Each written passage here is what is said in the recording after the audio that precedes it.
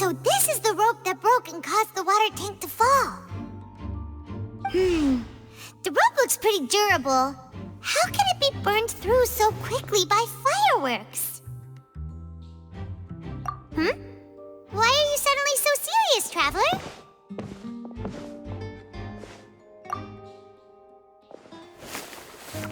Whoa! Look! This bit is made from different material! Most of it was burned away, but there's still a little bit of it left. Huh. So if a rope meant to hold something was made with that kind of material in it, then that means... Wait! Paimon should write all this down! Let's take notes!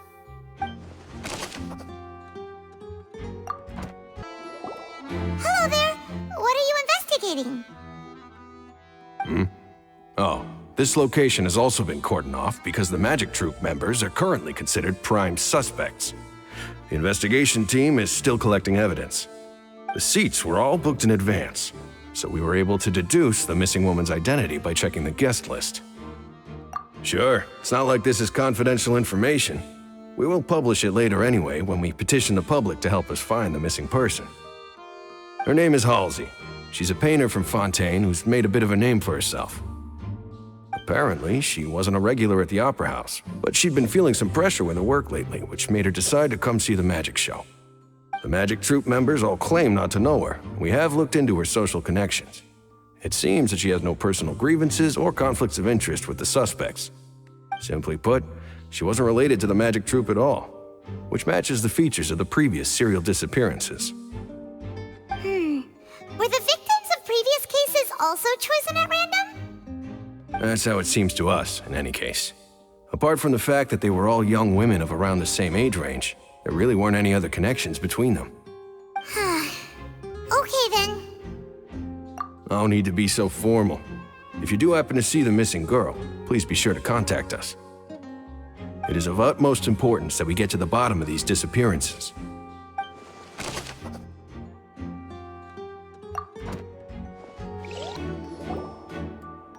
The investigation team has some new findings. Turns out there's an issue with the random number selector after all. See, I told you. What if the machine picked some big guy's seat? You think the murderer would have still made his move then? Sorry to interrupt, but we're helping Linny and Lynette with their side of the investigation. What were you saying about the number selector? There's something wrong with it? You're trying to help them? That'll be a tall order. Linny used the machine to pick a random member of the audience during his performance, right? The lucky girl that later disappeared. Well, we thought there might be a serious problem with the machine, so we had it taken away for further inspection. It turns out that the seat number it picked wasn't random at all. The machine picks that same number every time. I'm sure you already know that you have to make a reservation in advance to get a seat, regardless of whether it's a trial or some performance. In other words, Linny knew who would be sitting where from the very beginning. That much checks out. Linny reserved our seats for us too. Bet you see why I was saying it'd be tough to make a case for Linny. Even though it's bad for Linny's case, Paimon had better write it down. I see that you're investigating the area. Well, it just so happens that I'm interested too. If you find any new and interesting leads, be sure to share them with me, all right? We don't have too many thoughts yet.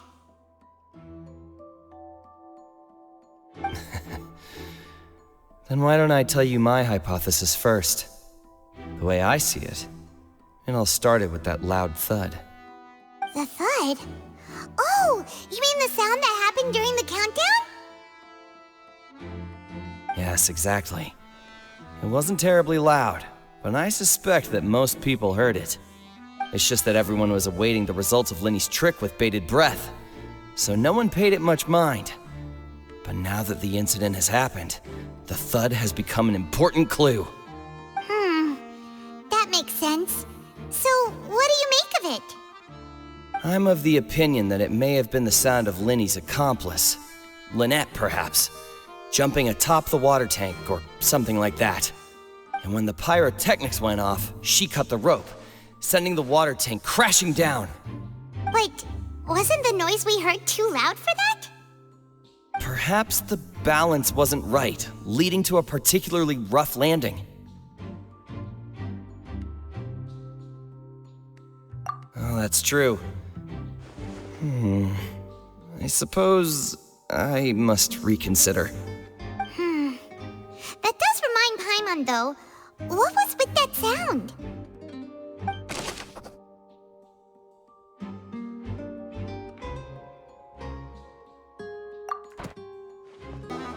Hey, you! Yes, both of you! Over here! I've been keeping an eye on you for a while now. Huh? You mean us? That's right. If I'm not mistaken, you're also among those who wish to cut down the thorns and pursue the truth. No? And by the looks of it, you're not from Fontaine. Well, you're right on the more about that one, but who are you? Have you never heard of the Spina di Rosula? From mediating disputes and providing protection to solving conundrums, you name it, Spina di Rosula does it. And I, Navia, have the honor of being its renowned president. Though those who play by our rules call me boss. I'm Silver, her attendant. Pleased to meet you. And I'm Melus. Demoiselle's various daily needs and affairs are under my purview. Huh? Boss? Demoiselle? What gives with the names? Well, I am the second generation president. Melus and the others are still used to my previous title. My apologies, Demoiselle. Should you prefer, boss, I will endeavor to use that instead. No need. You don't have to call me boss. Just Navia is fine. Okay, if you say so. Not that we're members of Spina di Rosula anyway. All merely trifling details. Never mind. Now, back to the situation at hand. That's right. I've always kept an eye on the serial disappearance cases. My interest stems from a matter back from my father's time. Judging from the look of things, I find Linny an unlikely mastermind. Really? We think so too! That's why we're looking for clues now. But how did you come to that conclusion? Intuition, naturally. My unparalleled intuition. Farina sure was quick to point the finger at Linny without any decisive evidence whatsoever, wasn't she? But that's not uncommon for her. If you remember, the justice had to interrupt her and ask if she was pressing charges just to keep her from getting carried away. Anyway, a trial begins the moment someone levels charges. And, of course, there was no way Farina was going to back down in that situation. Sounds more like you just don't trust the Hydro Archon. Well, what's your opinion? I must admit that she can be interesting at times, but liking her doesn't mean that I'll blindly agree with her. All right, I've answered your question. Now, it's time you answer mine. Wait a minute, did that answer count? Well, I say it does. But don't worry, you won't hear any pointless questions from me. In your opinion, do you think it's right to treat a trial like it's an opera? Well? And why would that be?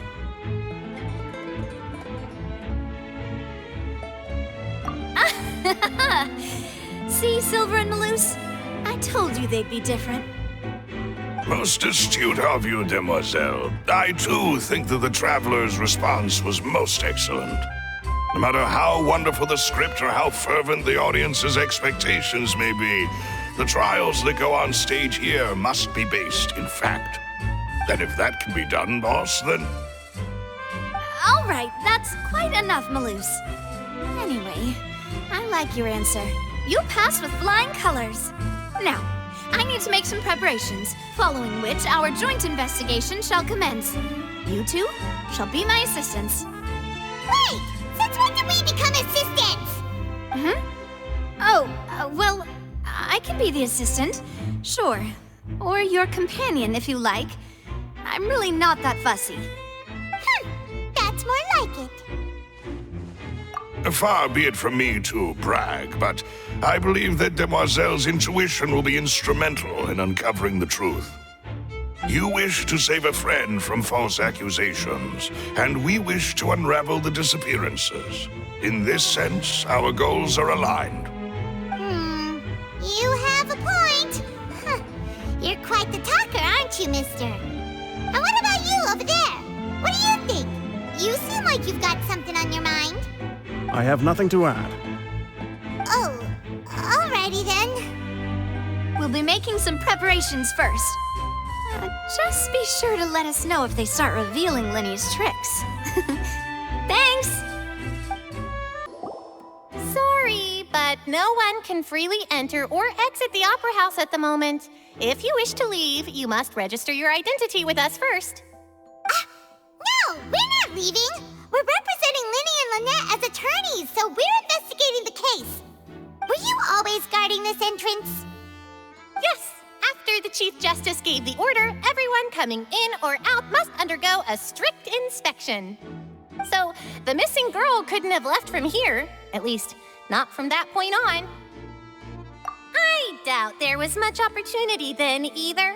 How can you be so sure, Well, because I was in charge of security near the entrance at that time. I couldn't see Linny's performance from here, which was quite a shame. Just my luck. But still, I did not abandon my post, and I stayed put no matter how loud the applause was. If someone had so much as even approached the door, I would have noticed it, let alone if they had tried to leave. We Melusines are good at that sort of thing, you know. So, it's safe to say the girl couldn't have left through here. Alright, thank you for your help. This will be useful info.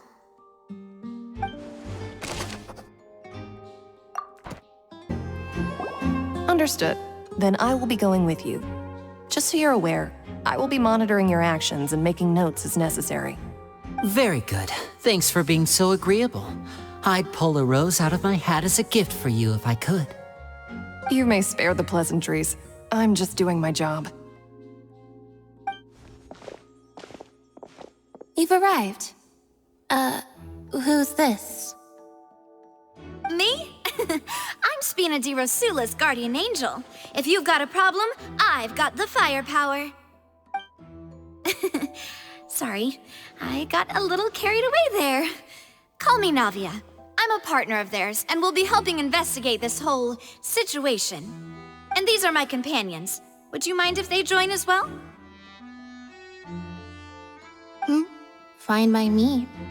Oh, new helpers? I would be most grateful. Well, let's just say we're tagging along. It's not every day you get to see the secrets behind magic performed on such a large scale. I appreciate your kind interest. Come with me. We'll be heading below stage.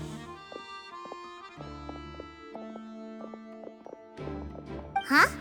Below stage? Yes, a world of secrets is hidden beneath this magic box, prepared specifically for this switcheroo trick.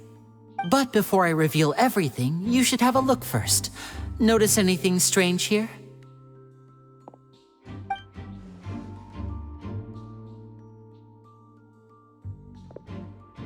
I'm not trying to be dramatic. Remembering the details of a trick will help you understand the methods used to perform it more easily. Huh. Weren't there balloons and other decorations here? Where did all that go? Ah, good eye.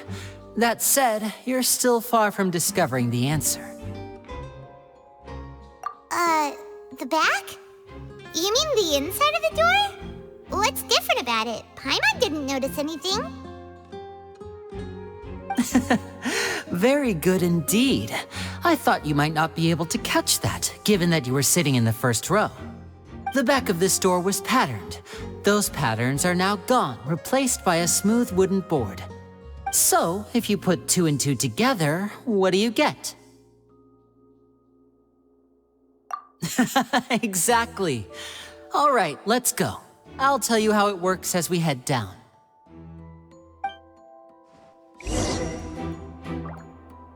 Oh, so there was a passageway under the magic box! I knew you'd figure out most of it as soon as you saw this place. The two magic boxes are positioned right above the two entrances of the tunnel. See this flatbed trolley? The box with the lucky audience member in it would be shuttled over to the other side using the trolley. This trolley can raise and lower and even rotate, ensuring that the box will face in the right direction. I see. So that's the purpose of the box inside another box. Precisely. The inner box would descend after the audience member was put inside and be moved along the trolley, all while the outer box would remain on stage as if nothing had ever changed. So that's how you did it! Once the box was lowered, the trolley would store some energy through this device here, with which it would complete the rest of the steps. The audience member would only be able to feel some slight movements in the dark, and by the time she walked out, she would already be back on stage. Right! You were talking that whole time, and you even came out for a moment near the end! Ah, yes. A phonograph operated by Lynette was used to achieve that effect. My assistant and I had already scripted our conversation beforehand. When the countdown began, I had already gone to the opposite box via a tunnel using that ladder. And what about Lynette? Where was she? I was in the mezzanine space in the back of the box. Oh, interesting! That's how we were able to coordinate Linny's lines with the assistant. And, by the way, I was the one who walked out of the box at the end. I mean, we are twins. All it takes is a change of clothes and no one can tell who's who. And that's my favorite part of this trick. Only Lynette and I can perform it. So that's how it all worked! Wow, every detail you revealed was more amazing than the last! Lynette would briefly walk out of the box and then go back in, jumping into the tunnel and escaping before the box on the trolley could finish ascending. And then I walk out of the other box in the audience area, and the trick would be complete. The operative word here being would. But as you saw, Cal was in the box, not our audience member. She, on the other hand, mysteriously vanished. We really don't know how that happened. If not for that interlude, this would have been an astonishing trick. I probably never would have figured out how you pulled it off. And yet, to think that someone was able to use this magic trick to commit a crime. Could we have a look around? I think we can come up with some more leads. This is the scene of the crime, so Linny and Lynette are not permitted to stay here. I'll escort them back up. Yes, of course. No need to be so strict now. I won't disappear into thin air, you know. Thanks, everyone. We're counting on you.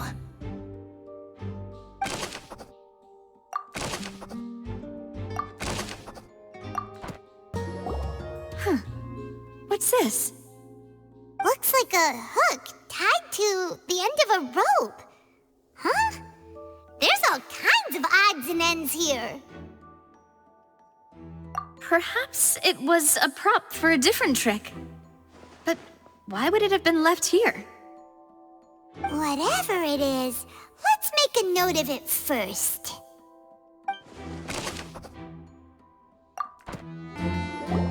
The floor is wet. Please be careful not to slip. Speaking of which, why would there be water here? Oh, Paimon knows! It's one of those tricks where you pour water into a jug and then flip the jug over only for the water to disappear? And here's a broken vase. Huh. Did the trolley knock it down while moving? That can't be. The trolley moves along tracks from start to finish. It couldn't have hit the vase at this distance. Let's note this down too and think about it later.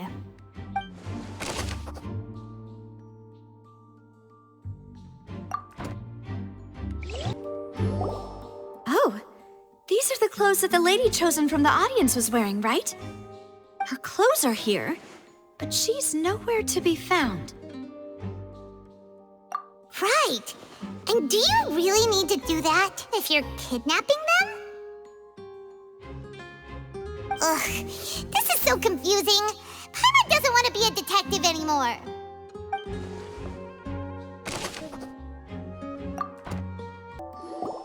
What is this place? It seems someone could fit through here. Could this have been the suspect's escape route? Alone, perhaps. But if they had to pull another person with them, the space would be too narrow. But there are no other ways in or out of here.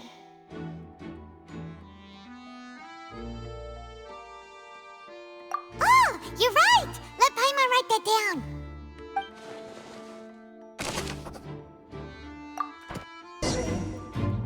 Well, we've ascertained the state of the crime scene. Let's find a place to sort out our findings once Malus returns. It seems to me that there are several things that don't add up here. Apologies for the wait, demoiselle. So, what did the guards say? Did the criminal escape through the vent? They believe the odds of that are very low, since the vent leads to the Opera House's basement. The guards have checked the area carefully. No one left through the basement during the performance or after the incident, and no one was found hiding there. So the tunnels become like a secret chamber then! You know, like the kind you usually see in novels. The plot thickens. Halsey's disappearance and Cowell's death are both quite inexplicable. No wonder Farina was so confident in her accusation. All the current evidence points toward Linny and Lynette. In other words, the charges are very likely to be upheld unless we make some considerable progress.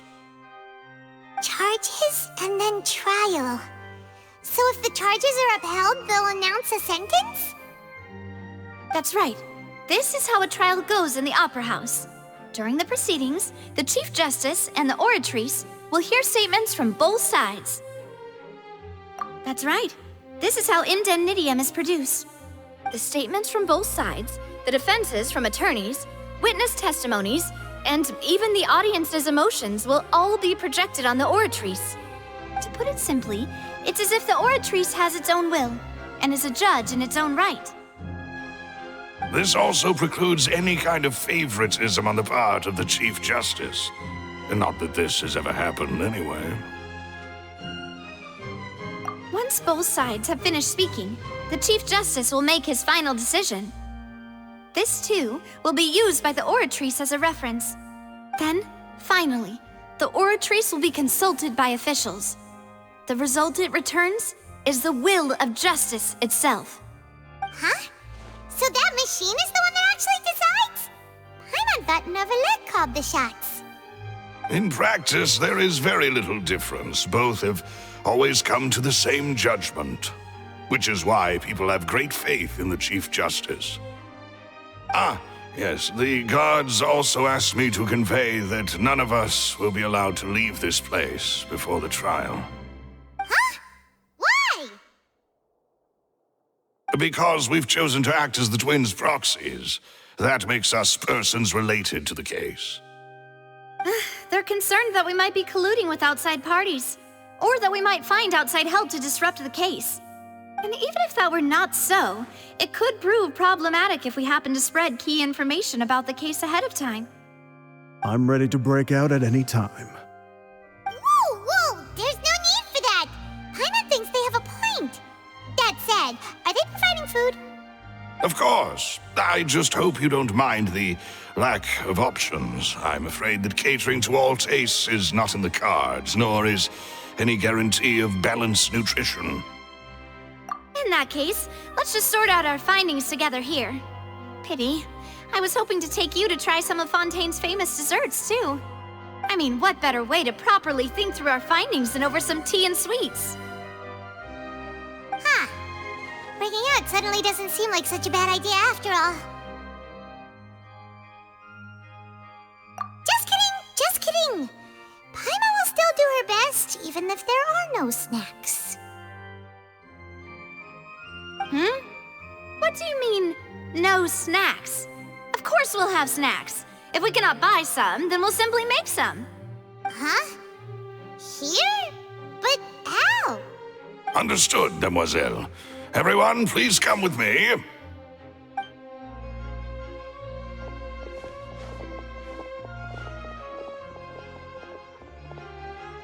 Wait, you're carrying a portable stove with you? Yes, I must be prepared to meet the demoiselle's baking needs whenever the fancy strikes her. I have eggs, sugar, and almonds at the ready. Good work, you two. Then I'll get to it. Please sit tight for a moment. You'll get to taste my awesome snacks soon enough. These three are quite the interesting group.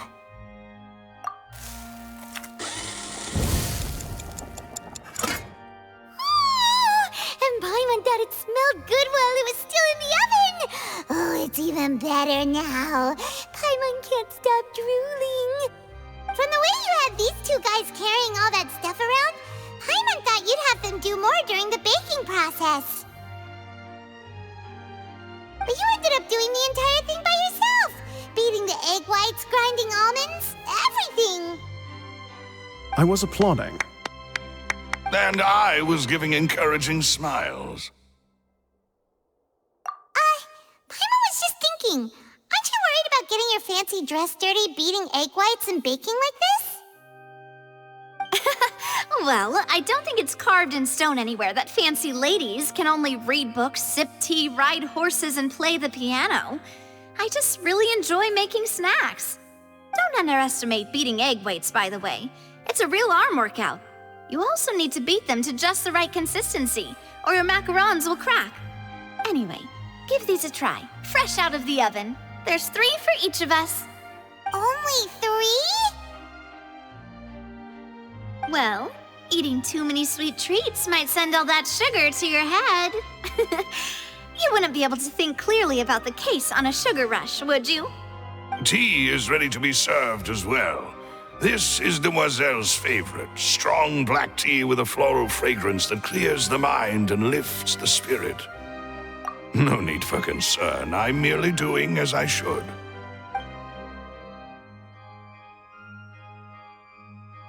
All right then. Down to business. As Paimon mentioned previously, the tunnel seems to be something of a secret chamber. However, we can assume that Linny and Lynette were not alone within it. Some criminal also occupied its sealed confines. The magician twins could have committed the crimes, of course, but they lack any logical motive. Exactly! Why would they do such a thing right when everyone was watching? The flower vase and the thud we heard during the performance could indicate some altercation between Halsey and the criminal in the tunnel, resulting in the shattering of the vase, the discarding of her clothes, and her abduction. Perhaps the criminal thought that since she was chosen from the crowd, she would be too easy to identify if she was still wearing the same clothes. Paimon thinks that makes sense, but the real trouble is... True. None of the clues we found thus far support the existence of this third person. But the only people left to consider are both technically victims, whether it's the missing girl, Halsey, or poor Cowell. Huh.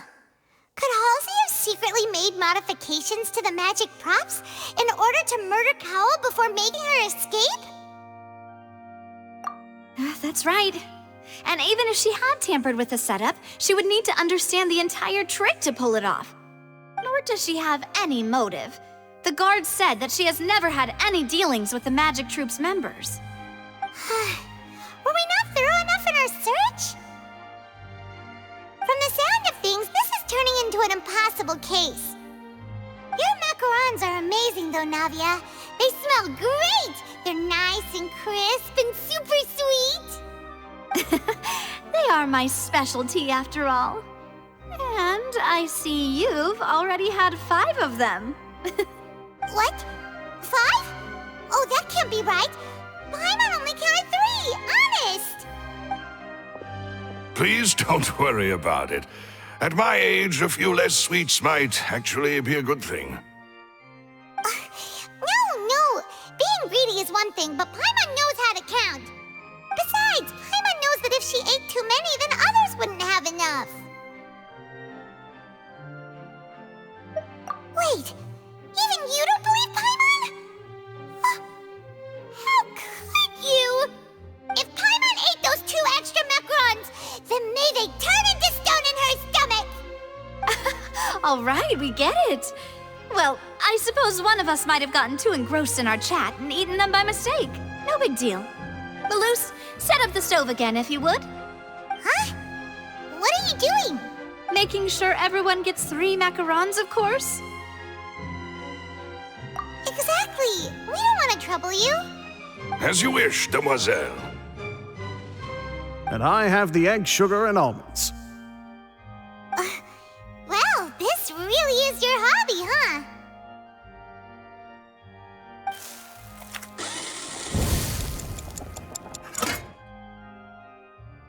Well, that's it for snack time. I'm going to have another look around the area. I don't know what we're looking for yet, but we've still got some time. As attorneys, I suggest the 2 of you think the case over again. It would be awkward if you got all tongue-tied on stage during the trial. All right, thanks for your help and for the snacks. It was nothing. A small task for the Spina di Rosula. Silver, Malus, it's time to go. I'll be back if I find anything new. What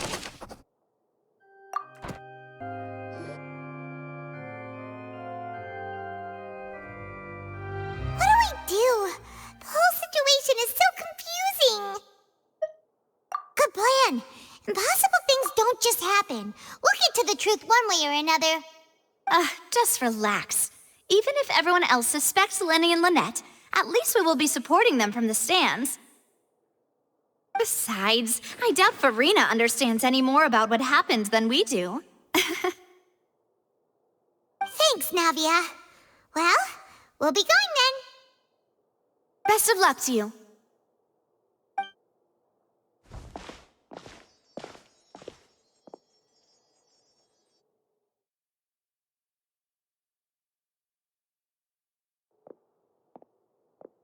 Ah, finally, you're back.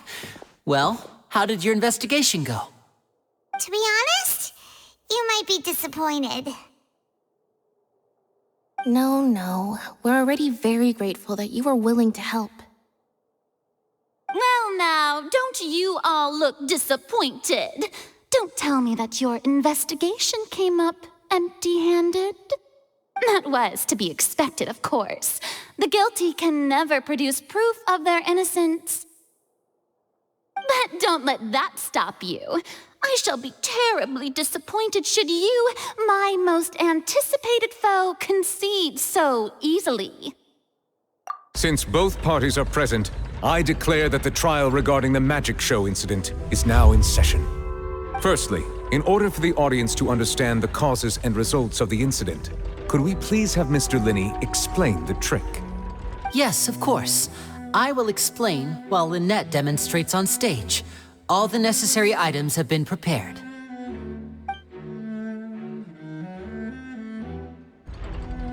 Thank you, Mr. Linney. In that case, I take your statement to be that you ran to and remained hidden within the magic box in the audience stands once the trick began, and thus could not have committed the crime. Is this correct? Yes, that's correct, Your Honor. In that case, I call upon the prosecution. Lady Farina, do you wish to refute his statement in any way? Why, of course I do. Allow me to take the first shot and break this case wide open. Mr. Linney is clearly lying. There is no way you could have been in the box the whole time if you were to abduct Halsey and murder Cowell. In fact, I'd say you were hardly in that tunnel at all. That is simply your hypothesis based on the presumption that I'm guilty. Oh, is that so? And if I may ask, what did you hear while you were inside your box? The roaring countdown of the crowd, of course. That's how I kept track of the time and built anticipation for the finale. And you didn't hear anything else at all? Nothing that might leave an impression of any kind? No, nothing. I see. But when the count reached 30 seconds or so, there was a thud. One so loud that I believe practically everyone heard it. Huh? Hey, hang on. Something's not right here. Yeah, I'm sure he could have heard a noise that loud from inside the box.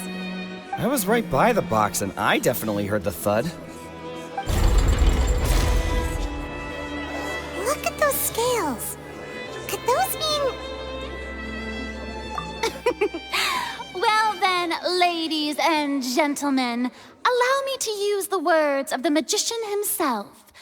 You never know what can happen in the blink of an eye. Indeed, it seems his alibi can also collapse in the blink of an eye. Of course, I have armed myself to do far more than smash your alibi. Confidence cannot go unfounded, and my foundations are rock solid. Tell me, aren't you and Lynette actually from the House of the Hearth? The House of the Hearth?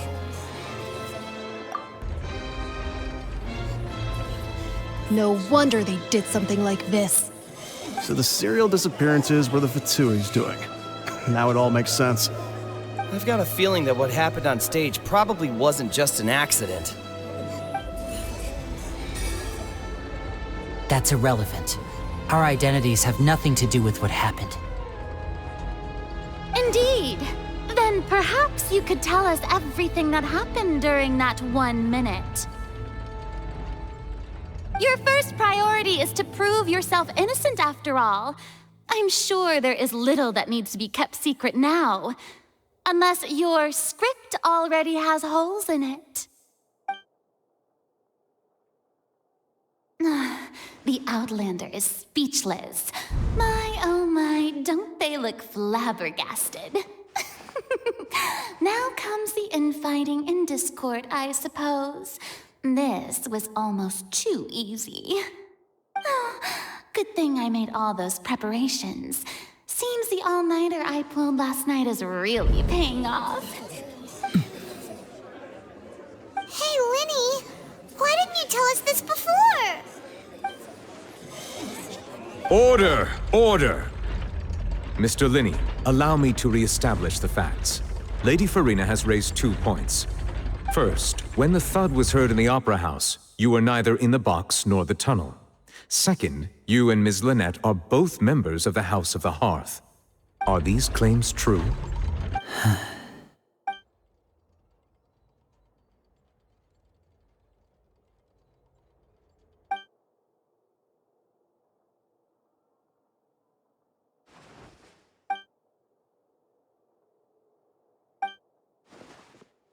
Please answer my question, Mr. Linney. I'm sorry. Yes, they're true, Your Honor. I knew it! Well, that's it. We might as well move on to the sentencing already. What should we do now? Granted.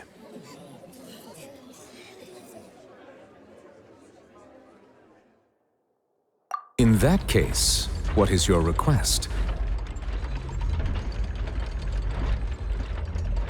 Is that really necessary? They're already as good as guilty. The defendant deceived their own attorneys. What is there left to discuss? Order! Order, I say! Your request is reasonable, and we shall adjourn. This trial will reconvene in 1 hour. So you would stick to Mr. Linney's defense even after knowing what you do now? You certainly have more professionalism than I thought.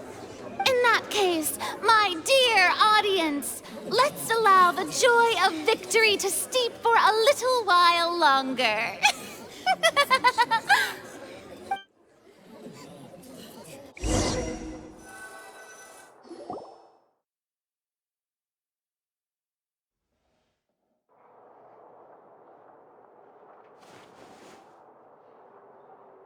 Well, this is awkward. I didn't think the Hydro Archon would dig all that up. I'm sorry, Traveler and Paimon. Yeah, sorry. Paimon doesn't know where to start. We trusted you two. We based our entire reasoning on the assumption that you weren't bad guys. Not to set the wrong tone or anything, but Paimon's really mad! I'm very sorry. I know you're angry, and reasonably so, but please, let me explain. I know you've clashed with the Fatui several times before. I wouldn't be surprised if just hearing the word is enough to make you upset. But our organization is very, very large, and the Harbingers have very different personalities and goals. Right now, we want to save people. As many as we can. That's right. I'm sure we're on the same page when it comes to this nation and the disaster that its people might face. I knew if it weren't for our respective identities, we could become good friends. That's why I didn't wish to flat out lie to you, but chose to hide some details instead. The truth is very important, but being completely transparent about everything would see us spending more effort than we need to. Right. So, you be the judge. Heck, if I were you, I fear that I'd even struggle to trust me at this point. You met a Fatus who works as a magician, a trickster by trade. All by coincidence, too.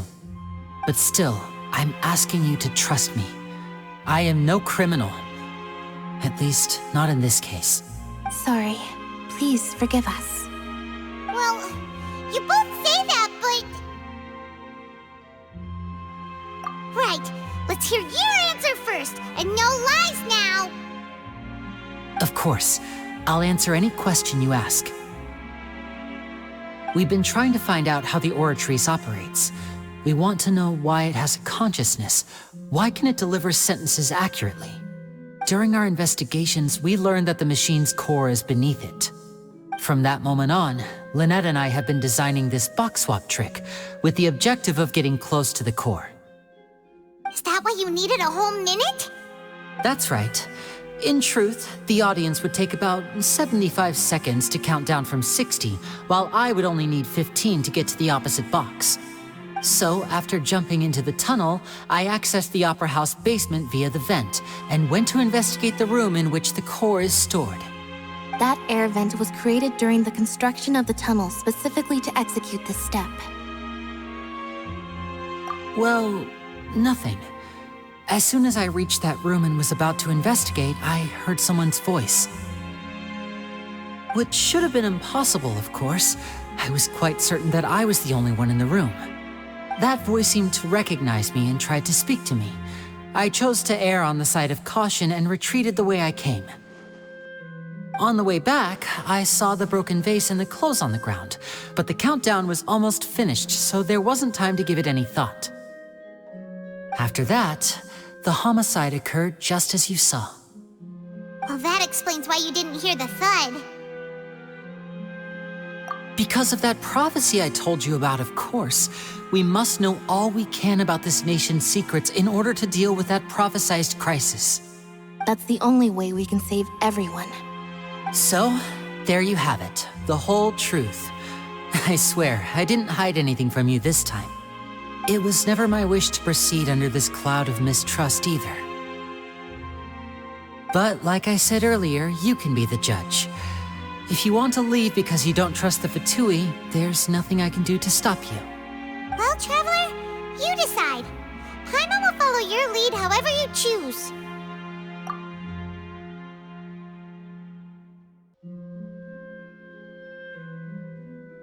Okay, thank you. Thanks for giving us a chance.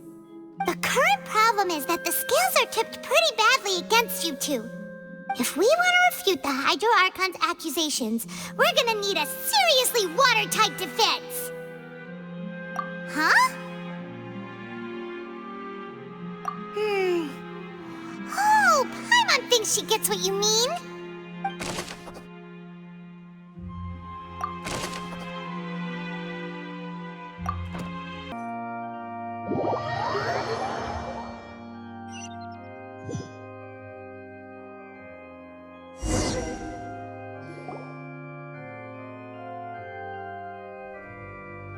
Both parties have returned to their positions. Let us continue the trial. When last we left off, Mr. Linney acknowledged the new evidence presented by Lady Farina as fact. Therefore, Lady Farina may continue stating her reconstruction of the events. That took long enough. Now then, if everyone would lend me their attention. At this stage, let's revisit that scene from Linney's perspective.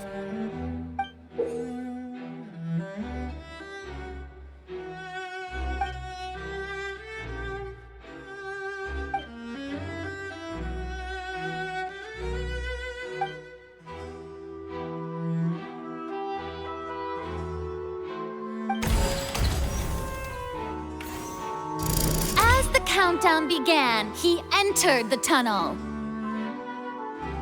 When the flatbed trolley passed, he opened the box and got into an altercation with Halsey, which caused the loud thud. He did not realize that this sound could be heard by everyone in the opera house, which is why he claimed earlier that he could not hear the sound. Finally, he used the vase to knock her out, before making her change clothes to prevent others from recognizing her. At this time, Cowell arrived in the tunnel, having heard that strange noise, and caught Linney red-handed. So Linney proceeded to knock him out too before stuffing him into that box.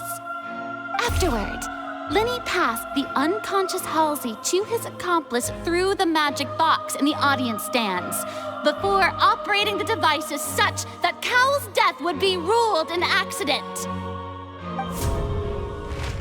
And there you have it. That's the truth behind what happened.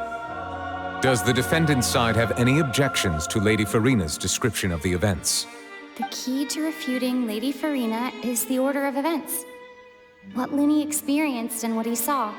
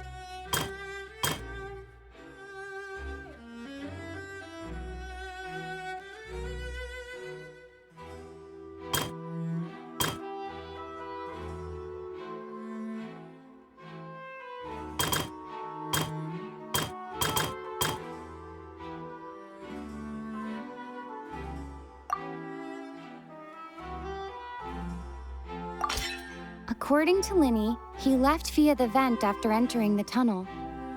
He couldn't have had that altercation with Halsey.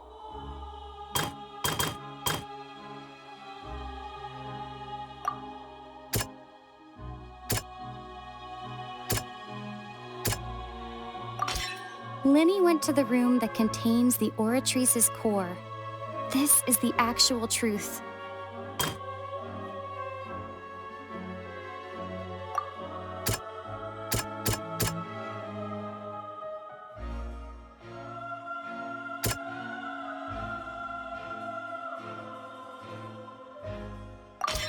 Linney did not take part in the underground altercation. He only witnessed traces of the aftermath. Attention! Ace Detective Paimon has something to say! When the countdown started, Linney did indeed go into the tunnel. But he immediately used a vent to access the Opera House basement, which is where the underground core of the Oratrice is stored. Once he reached that area, he heard a voice in what should have been an empty room. Since he felt something was amiss, he returned immediately already developed by the time he reached the tunnel again. And in order to complete the magic trick, he did not remain there for any length of time. Finally, he reached the surface, and that was when the accident happened from his point of view. Therefore, he's innocent!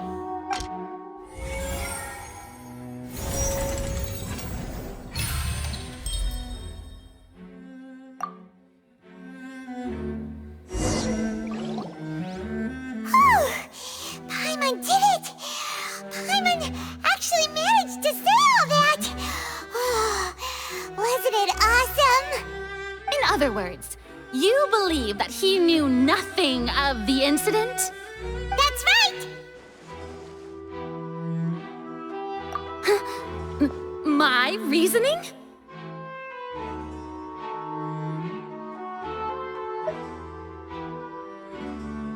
If that's the case, then if Cowell hadn't entered the tunnel, who was the entire setup meant to kill?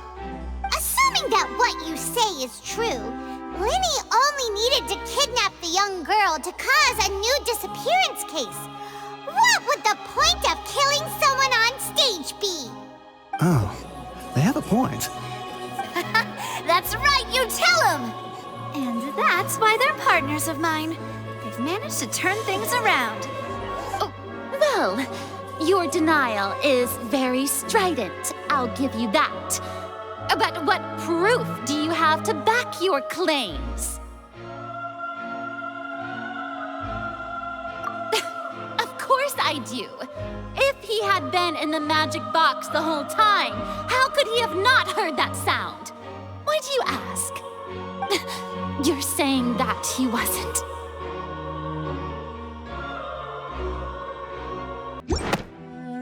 That's right! Linny wasn't in the box or in the tunnel. That's why he didn't hear anything strange during the performance. This means that when the crime happened, Linny had already entered the basement via the vent. The same clue you used to disprove his alibi has now become the best proof! How do you like that? Well played. To think you'd use such logic. Well then, if it wasn't Linny who committed the crimes, then who was it? Huh? That can't be right. Are you serious? The killer was, in fact, Cowell, the deceased! Oh, is that so? How interesting! Let's hear your reasoning then. What I must do next is recreate the truth. What Cowell did, and how he went from would-be perpetrator to victim. No one entered or left the Opera House through its entrances. So, where would the criminal have wanted to take Halsey?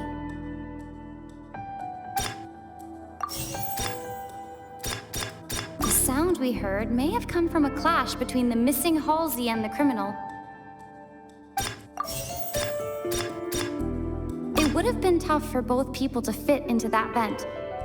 They would likely have bumped into Linny as well. Linny was not in the tunnel at that moment, which gave our criminal ample time.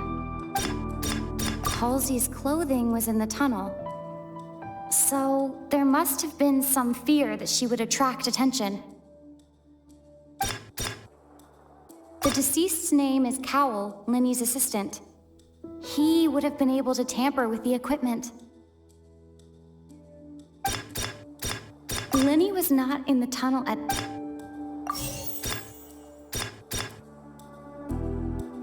Halsey's clothing was in the...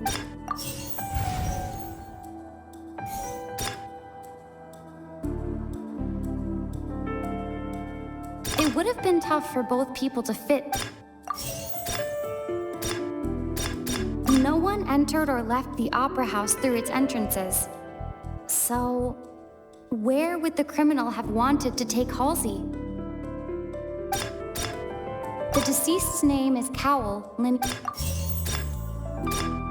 Lenny was not in the tunnel at that moment.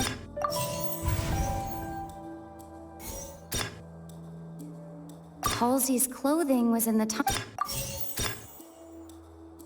No one entered or left the... It would have been tough for both people to...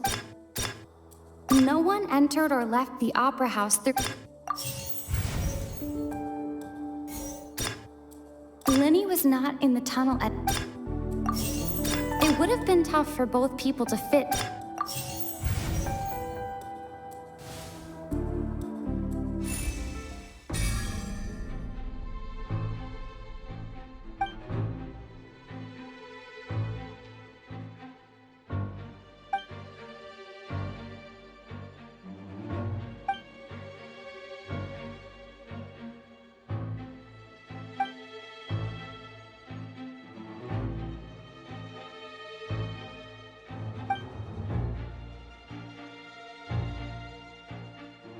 What's wrong, Traveler? Are you still having trouble figuring things out? I see how it is. So this was all just a bluff. And here I thought you had something to show for it. But it seems you're still far from the truth. Look, since we're at a dead end, why not consider a different track? Just like the trick as it transpired, the end result must have been utterly different from the magician's initial design. If only we knew how Halsey disappeared. Well, that would be nice, but the tunnel only has 3 exits, and none of them seem very likely. And it's not like this is a magic trick where you can just make a real live person disappear. You know, like you did from that water tank, Lynette.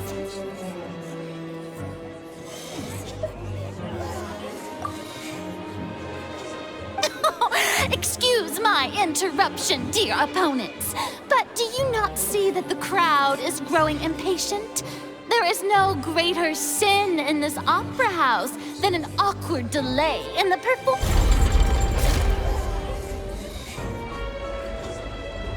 If the defense is unable to make further effective arguments, we will move on to the next stage of the trial. Lenny was not in the tunnel at that moment, which gave our criminal ample time. The sound we heard may have come from a clash between the missing Halsey and the criminal. The deceased's name is Cowell, Lenny's assistant. He would have been able to tamper with the equipment. The vase was not broken by chance. It was used to cover important evidence. The water.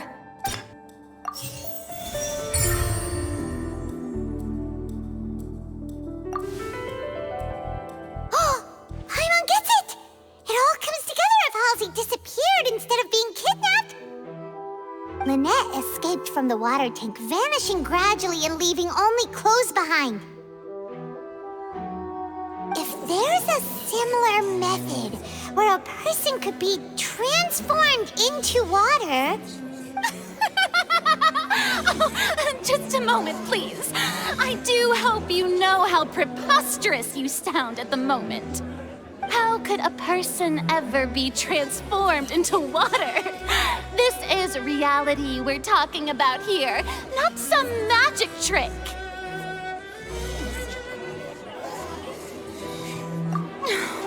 Must we really? I should think that of anyone. Your friend Linny already knows this truth very well. Magic tricks are ultimately just illusions and misdirection.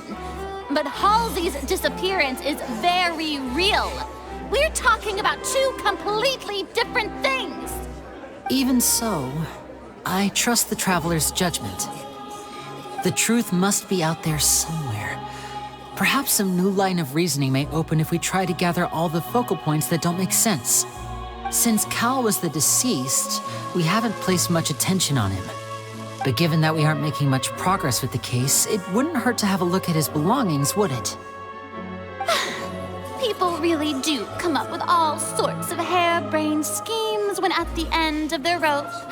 The way I see it, your suggestion that we broaden the scope of our investigation is nothing but a tactic for stalling the trial. Nevertheless, I believe that this is a reasonable request on the part of an attorney. Since the trial does indeed appear to be at an impasse, I believe that additional evidence may help us make more progress. Guards, please step into the lounge and examine the personal effects of the deceased Cowl.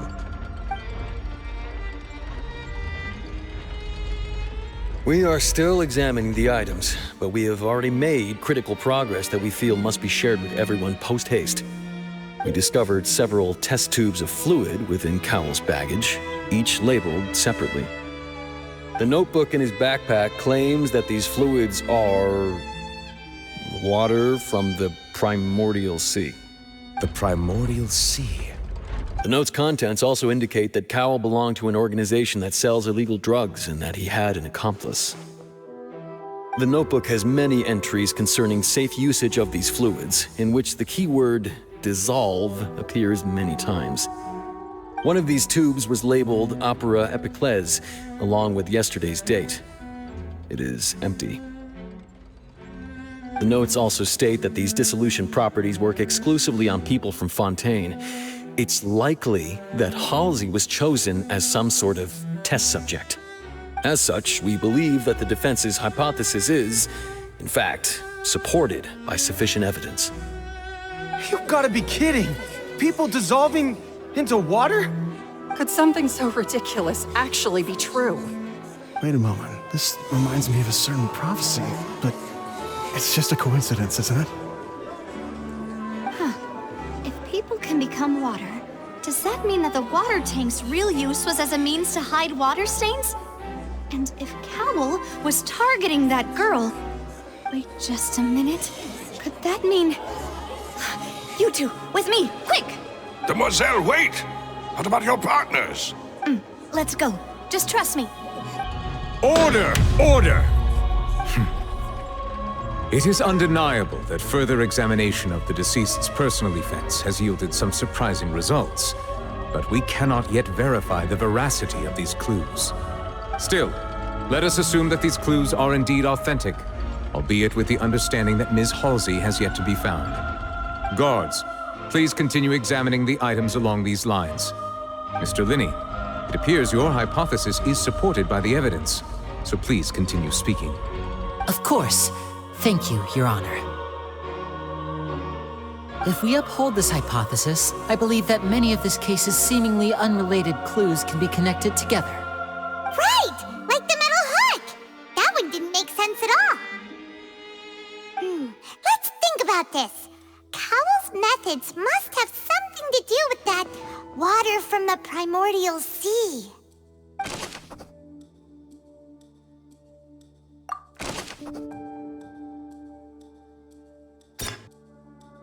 The deceased's name is Cowl.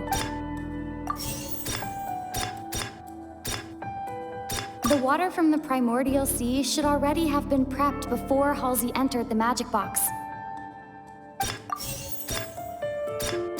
Now it seems like the hook rope was not meant for another magic trick, but was instead some form of triggering mechanism. Lynette was in the magic box on stage the entire time. Did she have something to do with this? I remember there was something else within the inner layer of that box.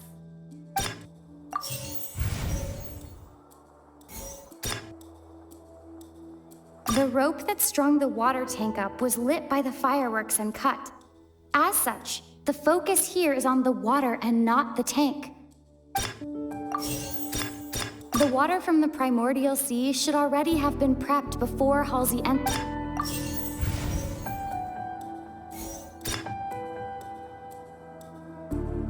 Lynette was in the magic box on stage.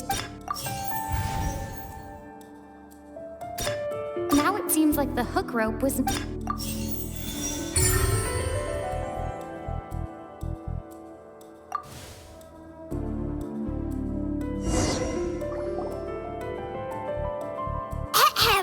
It's Ace Detective Paimon's time to shine again! In the original plan, Cowl would tamper with the water tank rope and the number selector securing his target.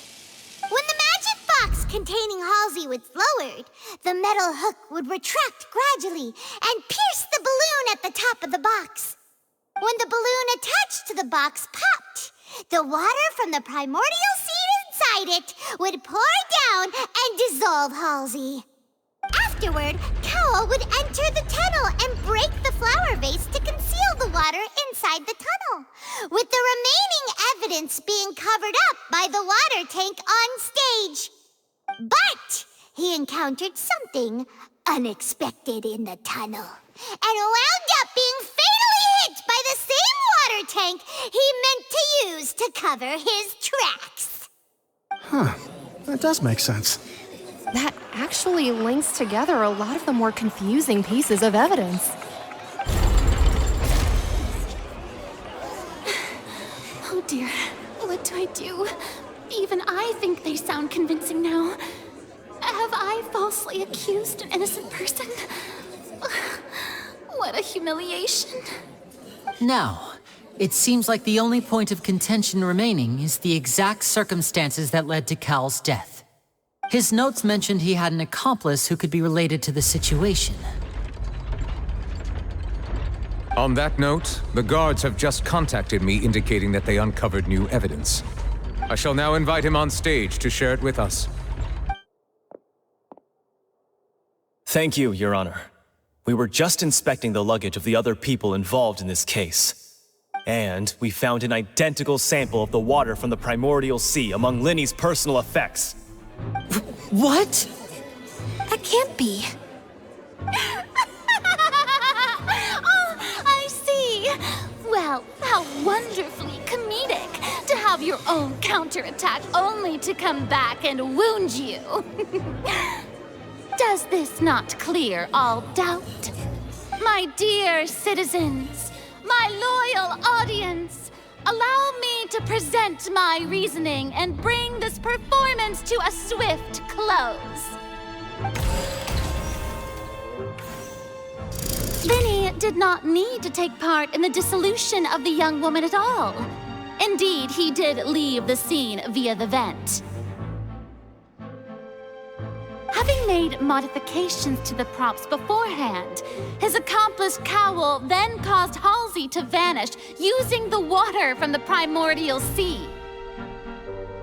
But upon his return, in cruel avarice, Linny desired sole credit and prepared to do away with his partner in crime. Ultimately, he knocked Cowl out, and the tool meant to cover the crime up also became a murder weapon. Now, as much as I regret having come to such a viciously straightforward conclusion, it does seem that the famed Fatui is quite the cold-blooded and ruthless organization. Am I right, Mr. Linny? We've used up all the evidence we collected. There's no way for us to make a rebuttal here. Is this the end of the road?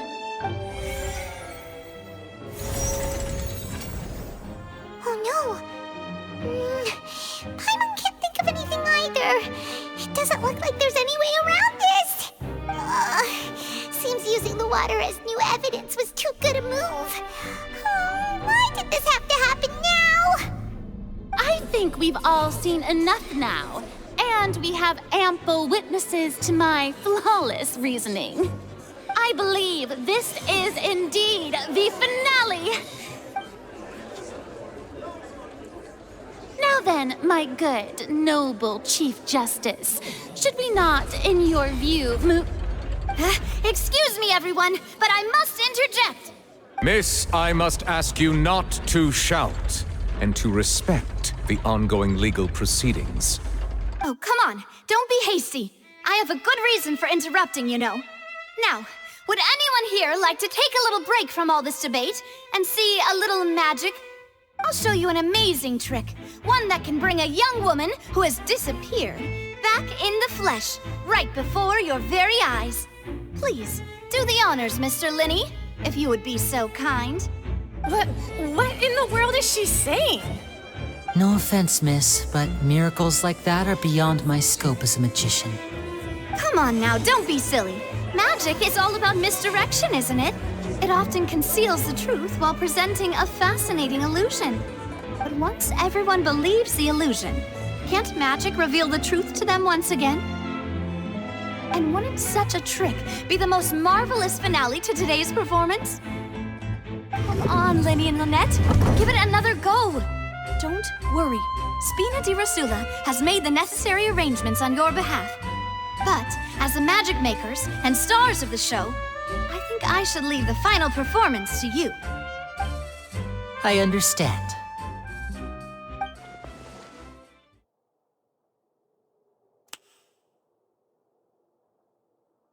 And voila!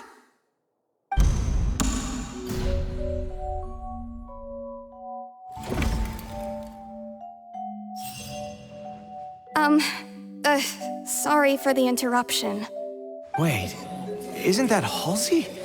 So the whole thing about people dissolving wasn't true after all? To be clear, I'm only here because this person told me that if I testified, the merit of doing so would lessen my sentence. I was hiding outside this room listening to the proceedings because I was afraid that I would be the one put on trial. I was just feeling happy that no one had noticed me, and then before I knew it, she caught me. That'll teach you to underestimate us three. Where should I begin? I'm sorry. I'm the one who killed Cowl. I admit it. What? Why? Firstly, my name isn't Halsey. It's Lillian, and I'm originally from Mondstadt. I heard that Linny's show was gonna be a real thriller, but I missed the chance to buy a ticket, so I stole one. That's how I make a living. I steal stuff here and there. And I'd never been caught before. But I was noticed at the harbor a few days ago, and I barely got away. Lenny was the one who caught me in the act. Hey, no wonder you look familiar. So you were the thief! Liddy even mentioned that you were pretty skilled. Well, and I thought that would have been the end of it, but then the number selector chose me. He even mentioned the Fortress of Meripede. That's a prison, isn't it? So you can imagine how shocked I was. I thought he was onto me for sure. So I played along with the show while looking for an opening to flee, but then I got water poured on me for no reason, and then someone jumped into the tunnel to nab me. I wasn't going to take that lying down, so I knocked him out and stuffed him into the box. There was nowhere to run from there, though, so I had to change my clothes and hide in a box containing performance costumes. I slipped out after the first guard arrived at the scene and continued hiding inside the opera house. Can a person even hide in there?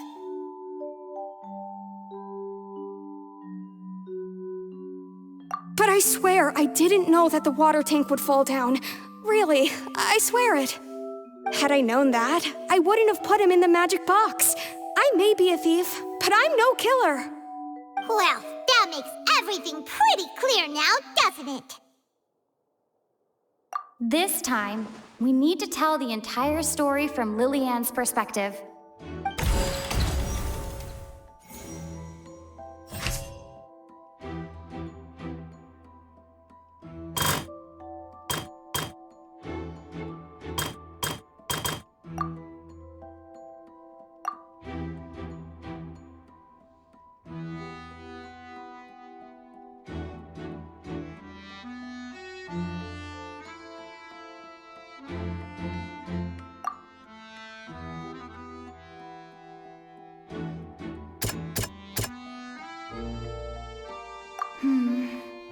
Seems this won't...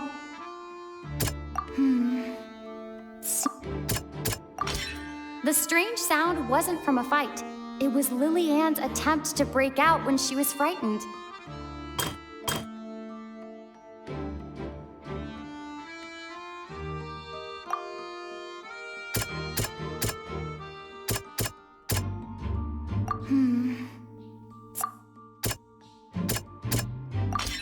The flower vase was not broken to cover anything up, but was smashed during the struggle between Lillian and Cowl.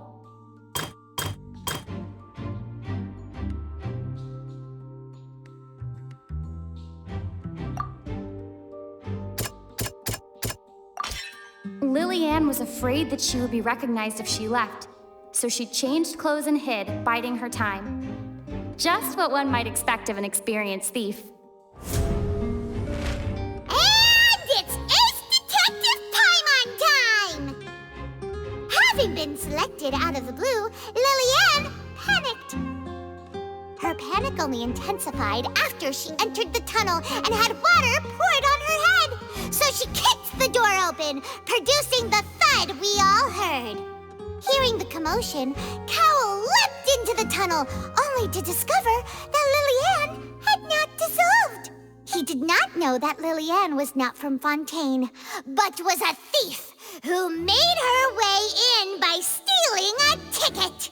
Mistakenly believing that the water from the primordial sea needed time to take effect, he tried to force Lillian back into the box. The two broke the flower vase during the struggle, but Lillian came out on top, knocking Cowl out and putting him in the box. With no way of escaping, she changed her clothes and hid in the costume trunk until the performance ended.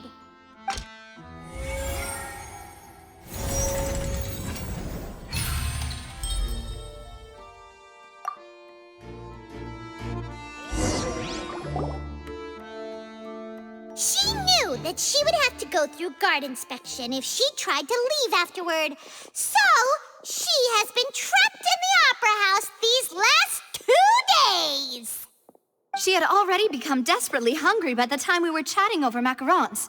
So, she swiped 2 of them right under our noses. Talk about a sneaky thief. At this point, all the events that happened in the tunnel have now come to light. Ah, so that's the whole story. Bravo!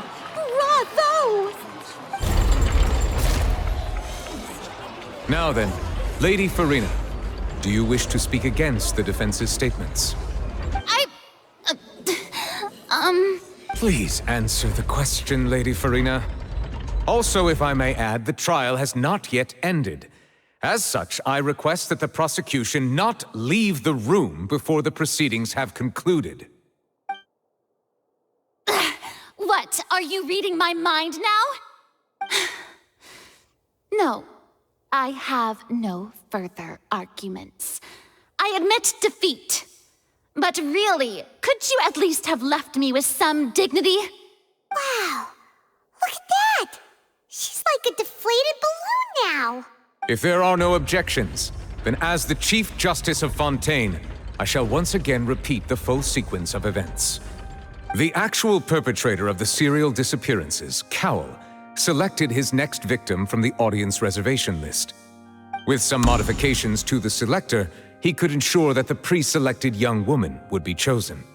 To cover up any evidence while committing the deed, Cowl thought of allowing the water tank to fall, which would conceal the water left behind after the young woman was dissolved. He also tampered with the rope suspending the water tank, using the fireworks at the end of the performance to cause the tank to drop and hide the watermarks. He poured the water from the primordial sea into a balloon during the preparation of the magic box and stuck it to the box's lid. Finally, he passed the prepared hook on a rope through the gap in the magic box's door when bringing the young woman to said box.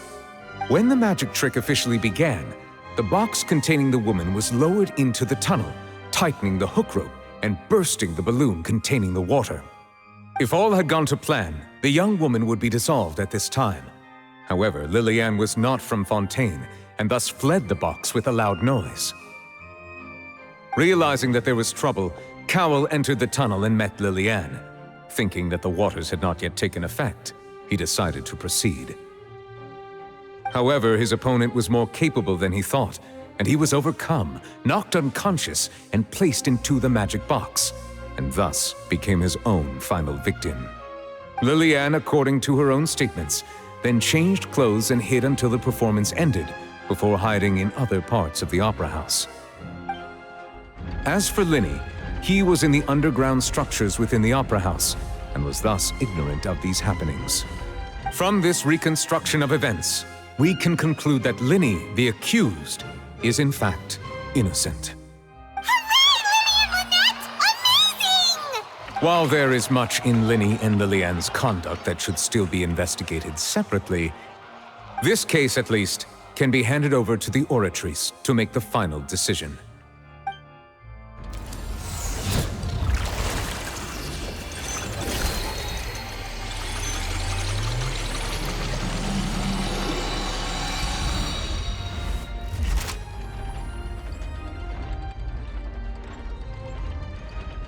As such, Linny and Lynette are officially declared not guilty.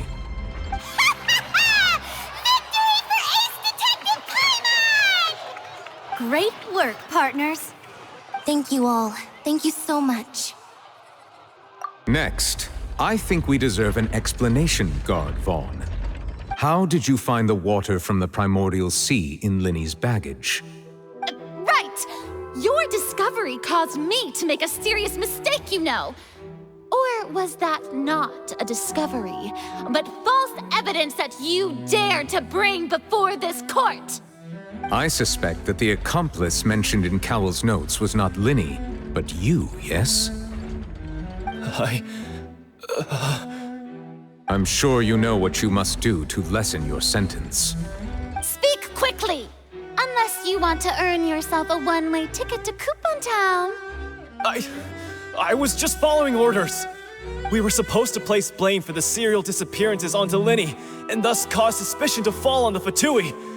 The higher-ups said this was the best opportunity to do so. And now that your plan has fallen through, and the secrets of the water have been revealed, you have become a liability to said higher-ups, yes?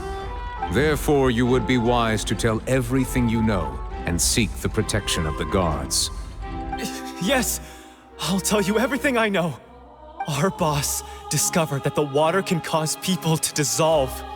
It can also be made into a potion, which when extremely diluted, can cause people to experience unforgettable exhilaration.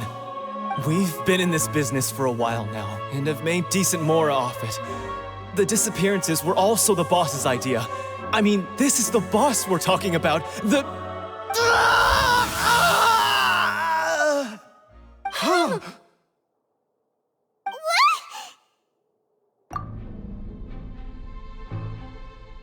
And now he can no longer talk. Such ruthlessness. I shouldn't have expected any less of them. An outrageous act. All present, please submit to inspection immediately.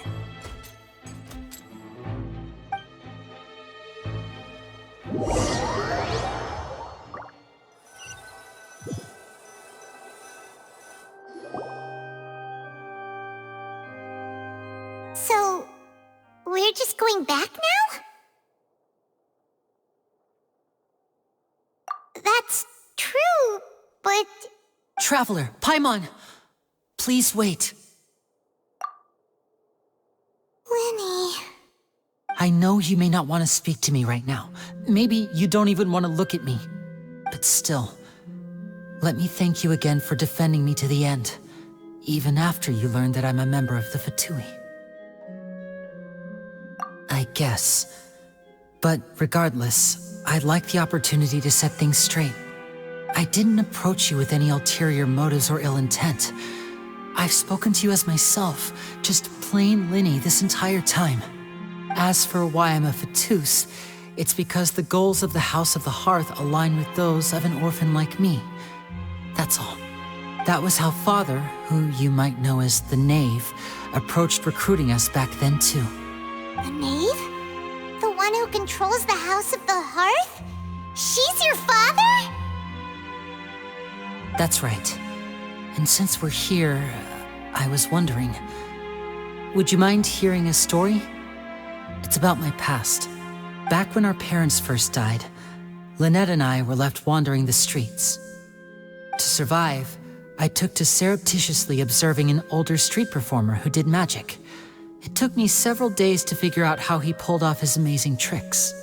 I took my sister through several streets until we found a crowded corner, and we began to perform magic tricks there.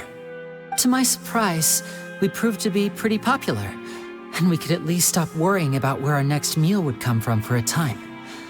But I didn't want my sister to remain a street rat together with me forever. Before long, an aristocrat came to me and claimed that he wished to take us in after watching my performances. So you went from orphans to nobility just like that? That was how we felt at first, too. As if fate was on our side and we could say goodbye to those painful days. But I gradually discovered that while we were called foster children, he was really after my talent for magic tricks. He would constantly take me to all sorts of banquets to garner attention, which he would then use to expand his social circles. That doesn't seem too bad either.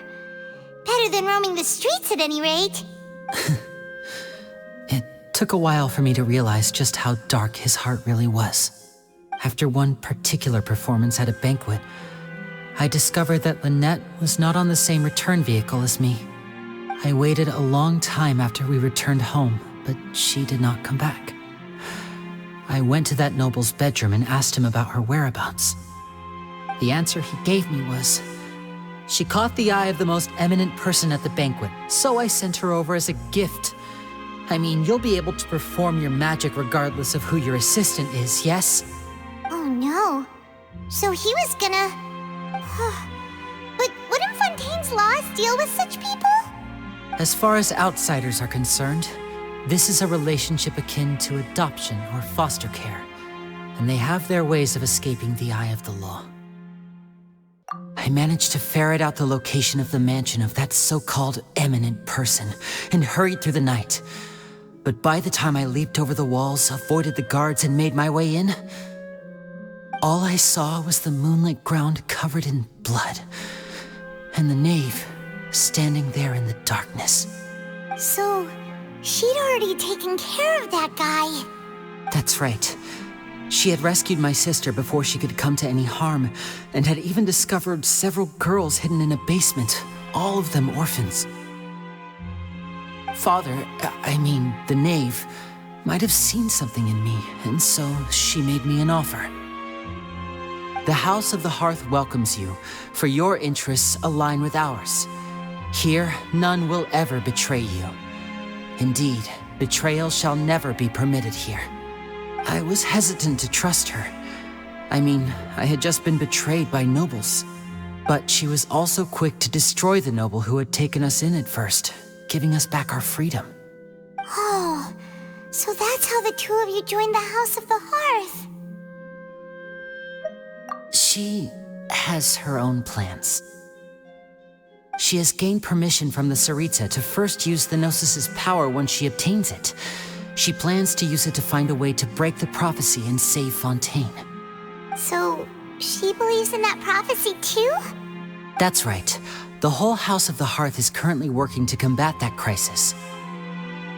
Today's case has also proven that people from Fontaine can indeed dissolve into some sort of water, thus further supporting the prophecy. All of us house members here, Lady Arlecchino herself included, are from Fontaine. We won't give up on defending our homeland. To us orphans, the only connection we have left to this world, apart from our family, is our homeland. So, from small deeds like distributing magic pockets to huge schemes like stealing a Gnosis, everything is aimed at dealing with that prophecy. It's all right. I understand. The only thing I can do is relate all this to you. I just hope you can understand that even as a member of the House, I have never stopped making my own decisions, and that I believe what I'm doing is right. If you should need anything at all in the future, feel free to find me. I will do my best to help you, as plain Linny.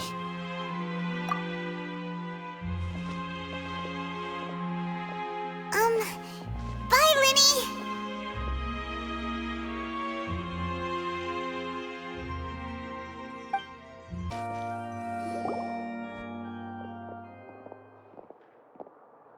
Hey there. What was with the disappearing act you pulled right as the trial ended? Were you looking for us, Navia? Well, this whole thing isn't exactly over, is it?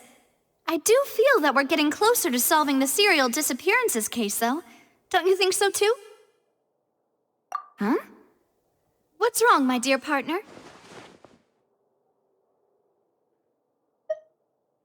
Besides, are you sure we're the ones who can crack a case that's been cold for decades now?